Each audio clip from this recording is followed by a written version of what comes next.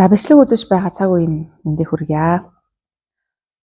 За тунгаалтын бяцлал маань маш их үр дүнтэй явагдаж байна. Мэдээж хүн шууд өөрийнхөө дотоод ухамсартай шууд холбогдоод сүнслэг ухамсар нь тийм хурдан нь нэгдэхгүй ихвчлэн тийм байгаа. Тэгэхээр ерөөсөө яаж ийнү гэхээр тунгаалтын бяцлаглаас эхэлж ивэл илүү өөрийн дотоод ухамсар сүнслэгтэйгээ холбогдоход анхан шатны алхам болж өгч байна. Тэрэнд илүү тохирод байна. Тэгэхээр хүмүүс асууж байна л да, яг юунаас эхлэх юм бэ? Тунгаалтын бяцлаглаар яг яаж хийх вэ? Юунаас эхлэх вэ? Юуны талаар бодох уу гэд санаа асууад байна л да. Миний зөвөөс зөвлөхөд бол жижиг зүйлээс тунгаалтын бяцлал хийх хэрэгтэй. Тэгэхгүй бол хүний нөгөө ухамсарынхаа савыг хэр бэлдснээс шалтгаалаад янз бүр байна л да. Тэр тосч авах ухааныхаа сав янз бүр байгаа учраас өөртөө тохирсон биш илүү хатсан асуулт асуугаад тэрний талаар тунгааж ухаж бодоод хахаар хариулт орж ирэхгүй байгаа. Тэгвэл жижигхэн зүйлээс эхлэх хэрэгтэй юм байл л да хэдүүлээ. Яагаад тэгэхээр бид нар чинь нөгөө нүүдэлчин ахуйгаас холдсон. Яг нэг уламжлалт ахуй амьдралаас холдсон учраас наазахын жижиг сажиг ойлголтгүй байгаа. Нэг өсөндөө тарих маань эгоогоор ихвчлэн удирдуулаад хайрцагт орцсон буюу оройн хүрт маань нэлээд блоктой байгаа учраас тэр блокийг нээхийн тулд маш жижигхэн зүйлсээс эхэлж тунгаалтын бяцлал хийх хэрэгтэй гэж зөвлөмөр байна. Тэгэхгүй нөгөө саваа бэлдээгүй байжгаад гинт ингээд хорон ертөнцийн жамын тухай ч юм уу орчлон ертөнцийн энергийн тухай ч юм уу ингээд нэлээд ингээд гүнзгий том сэдвийн талаар ингээд өөрийн дотоод ухамсараас бодоод асуугаад тунгахаар хариулт нь орж ирэхгүй. Тэгэхээр хэдүүлээ яг жижиг сажигнаас эхлэх хэрэгтэй байгаа байхгүй. За яагаад ахуй амьдралыг дурдсан бэ гэхээр малчин хүн мянган мэрэгчлээ гэдэг үгийг та нар сонсч ирсэн тийм. Энэ мэрэгчл гэдэг үгнээс гадна цаагаараа маш том ухамсарын ингээд тэлэлт буюу гэгэрл гэдэг үг давхар яваад байгаа юм л да. Хүн ахуйтайгаа ойрхон байх тусам буюу нүүдэлчин ахуй амьдрал байгаль дэлхийдээ ойрхон байх тусам оюун ухамсарынхаа сав нь их томорч идэг юм байна. За энгийн жишээ хэлэхэд усаа өөрөө зөөн, галаа өөрөө түлнэ. За энэ дөрвөн улиралтайгаа зохицож амьдрна. За хэрвээ ногоо тарьдаг мал малдаг бол дөрвөн улирлаас хамаарат малаа яаж маллах уу, ногоо цагаагаа яаж тариалах уу, сүү цагаа эдэгээ яаж бэлдэх үү, усаа хизээд нь яаж авч бэлдэх вэ, мод түлээгээ хэрхэн яаж зохицуулах уу гэдэг зүгээр л ахуй амьдрал амжиргаагаа залгуулж явахдаа энэ бүх ухааны хүн эзэмшдэг юм байна л та. Хизээд нь усаа авах юм, хизээд нь ямар усыг ууж болох юм, ямар усанд орж болох юм. За түлээгээ бэлдэхдээ юугаар бэлдэх юм. За нөгөө малаа маллахдаа зуны улиралд яах юм, өвлийн улиралд яах юм. Тижэл хуг нь яаж бэлдэх юм, үлжөөг нь ямар учиртай болохоор яаж юу бэлдээд яагаад байгаа гэдгийг болохоор ерөөсөө энэ цаад мөн чанарын ухаж ойлгосны үндсэн дээрээс хийдэг юм байна л да. Тэр ерөөсөө одооны боловсрол шиг тийм автомат биш байсан байна л та. Бодоод хахад одоо яхад ингээл ингүүл ингэн тэх юм бол тэгнэ, ийм үед ингэн тэгнэ гэж ерөөс автомат юм ингээд чийжлүүлээд байгаа шүү дээ. Гаднаас шууд ингээд ямар ч нэг бодох тунгаах юм өгөхгүйгээр шууд гаднаас ингээд өгөөд байгаа. За өвөлд харах юм бол орон сууцнд амьдарч байгаа дулааны цаанаас нөгнөө, дулааны мөнгө өгөхөд дулааны цаанаас өгнө. За ус нь бол ханаас гарч ин халуун хүүт ус ханаас гарч ин. За хэрвээ та нар даарах юм бол магадгүй пара нээгээрээ тэний залгаарай. За ус дутгах юм бол усаа ингээд карантнаас аваад усаа ингээд хизээд нь чиргэлж болно. Цаанаас ингээд бэлэн ус өгч байгаа ч гэдэг юм. Ингээд ерөөсө ямар ч ин ахуй амьдрал байгаль дэлхийг нөгөө бодож тунгаах, ойлголцох, амьд харилцаа үүсгэхгүйгээр шууд юм ингээд бэлэнчлээд өгдөг болсон. Боловсролын систем ч гэсэн нэг дээр нэг нэмэх нь нэг тэнцүү хоёр гэдэгчлэг юм. Энийг ерөөсө өөрөөр нь бодож тунгаалахгүйгээр шууд автоматар заагаад өгчих жоохгүй. Хоёрыг үрчин 2 тэнцүү 4 гэл ерөөсө чийжлүүлчих чаа. Биднэрт бол ямар ч бодож тунгааж ухах боломж юм өгөхгүйгээр шууд юм болгоны минь гаднаас ингээд бэлэн өгөөл бэлэн чийжлүүлчих чаа. Энэ нь болохоор бид нэр өөрийн дотоод ухамсараас холдох, дотоод ухамсар унтрах хэмжээнд хүртэл хүргэсэн зүйл ахгүй. Тэгэхээр жижиг юмнаас эхэлгээд байгаамаа. Яаж ч л энэ дөрвөн улирал гэдэг чинь юу юм? Яагаад малыг дөрвөн улиралт нь өөрөөр харьцаж малаа бэлчээгээд авч яваад идэм бэ? Энэ ногоо цагаагаа яаж тарьж хизээд нь одоо хурааж авдаг юм ч гэх юм уу. Энэ голын ус Аршаан усанд хизээд нь орохын, хизээд нь ууж болохын ч гэдэг юм уу. Энэ жижигхэн зүйлээс хэдүүлээ өөрөөсөө асууж, бодож, тунгааж, эргцүүлж, за тэгээд гаднаас авах үнэхээр шаардлагатай бол гаднаас авах мэдээлэл аваад энэний чинь цаана ийм учир начир явдаг юм байна шүү дээ. Тэгээд ингэдэг юм байна, тэгдэг юм байна ч гэдэг юм уу. Энэ ахуй амьдрал буюу анхдагч хэрэгцээ гэдэг байгаа шүү дээ. Анхдагч хэрэгцээ чинь хоол унд орон байр байгальтайгаа зохицож амьдрах гэдэг. Энэ анхдагч хэрэгцээний юмнууд эхлээд нь хэдүүлээ сайн ойлгоод ухаарч. За энээс л эхэлнэ ерөөсө ухамсар, тэлэн, сэрэн, тунгаалтын бяцлал бол ахуй амьдралын зүйлээс эхэлнэ. За тэгээд энэ жижигхэн зүйлээс эхэлж явж байгаад дараа нь бодож олно шүү дээ. Жишээ нь эрэгтэй эмэгтэй хүн хоёр яагаад хамтдаа амьдардаг юм бэ? Яагаад анханасаа нэг нэгээр амьдарч болоогүй? Ер нь яагаад анханасаа ганц нэгхэн хүүс эсвэл огт хүүсгүй гэсэн юм байж болоогүй гихчл ингээд бодоод үзнэ. За энэчнээс нөгөө эрэгтэй энерги, эмэгтэй энерги гэдэг юм уу? Энэ хоёр чинь яаж хоорондоо зохицдгийг, яаж арга биелэг талын тэнцвэр оршин тогтдгийг ингээд асар гүнзгий ухаарлал орж ирэх юм л та. Эсвэл за энэ бүр ингээд гүнзгий хэцүү санагдаж байгаа бол одоо яадаг юм. Яагаад энэ байгаль амьтдын нэгийг ингээд устгахчиж болдгоо. Нэг төрөл зүйлийг устгахад яагаад бусдаа нөлөөтэй бидгийг ямар учир шалтгаантай гэдэг ч юм уу. Ингээл өрөөсөө энэ байгалийн зүй, тогтол, учир шалтгаан, амьдрах ахуй, соёлын цаана нь яг юу болоод идэх юм бэ гэдгийг судлахаас бидний ухамсар блокносоо гарч тэлж эхэлдэг бахны. Нөгөө дотоод ухамсар чинь сэрж эхэлдэг бахан. Тэгэхээр хэдүүлээ энэ байгальтайгаа, ахуйтайгаа, нүүдэлчин соёл ахуйгаа эргэж судалж тэднтэйгээ илүү их ойртсноор цаад юмны утга учир тайлгдаж, юмны мөн чанар, орчлон ертөнцийн хууль, жам, энергийн тогтолцоо юу гэдэг нь тэр бүх мөн чанарыг тунгааж ойлгох байгаад байгаа байхгүй юу? Тийхгүйгээр ерөөсө жижиг сажиг юмнуудынхаа учрыг олоогүй байжгаад гинт ингээд далд ертөнцийг гүнзгий сэдвэрэн судлаад эсвэл одоо яадгийн тэр дээд биегч судлаад, бусад гариг ирхэсэгч судлаад ингээд хитрхи том сэдвээр том сэдвтэй холбогдохгоо судлаад ухаад эхлэхээр бидний нөгөө оюун ухамсарын сав бэлэн болоогүй байгаа учраас төөрөлтчдөг байхгүй юу? Аль нь үнэ, аль нь худлаа. Тэнд нэг хүн тийм яриад ах юм. Тэнд нэг хүн тийм судар гаргацсан байх юм. Алинд нь итгэх үү? Аль нь яг үнэ яриад байгаа гэдэг ч юм уу. Ингээд юусоо агтсан мэдлэгээ тархиндаа чихээд хаар хүн төөрөгддөг. Тэгээ яг юу нь үнэ, яг юу нь жинхэнэ, яг аль нь зөв юм гэдгийг ойлгох болчихж байгаа байхгүй юу? Одоо яг тийм процесс болоод байна.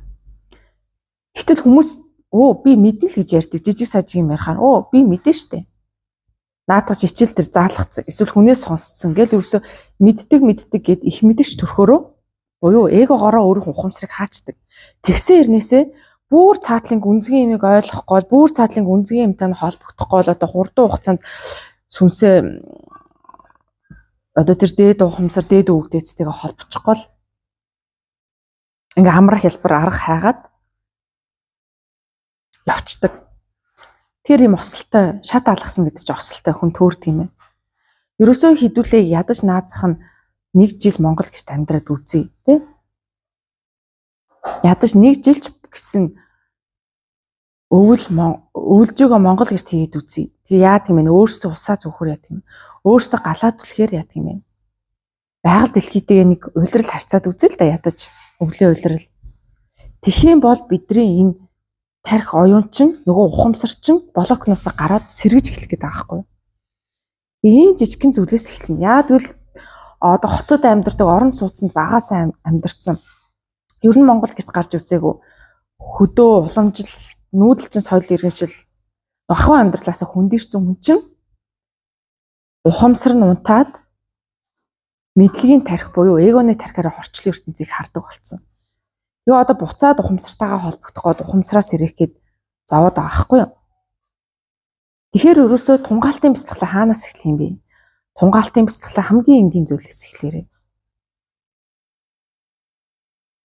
Байгалийн тогтолцоо, амьдралын жам, ахуй амьдралын аз захын зүйлсүүдийг яагаад ингэдэг юм бол? Яагаад өөр байж болоогүй юм бол? Яагаад тийм улирал, тийм хүнс хэрэгэлдэг юм? Яагаад энэ цаг мөчид хүмүүс ингэдэг байсан? Яагаад нүүдэлчин ахуй соёл иймэрхүү ёс уламжлал үүсээ тогтцсон юм? Гэх жишээний наад зохион ахуй амьдралаас эхэлж бид нар тунгаалтын бяцлалаа хийх хэрэгтэй. Ядаж эднэр чинь дотоодоос орж ирнэ. Дотоод ухамсарчин бодлоор мэдрэмжээр хилээд өгчин зөнгөөр. За бүр орж ирэхгүй бол судалж эхлэхтэй. Мэддэг хүнээс нь асууж эхлэв. Асуугаад тэрийг бодож тунгаая л та. Цаана нь ийм учир шалтгаан байсан байна, ийм мөн чанартай юм байна.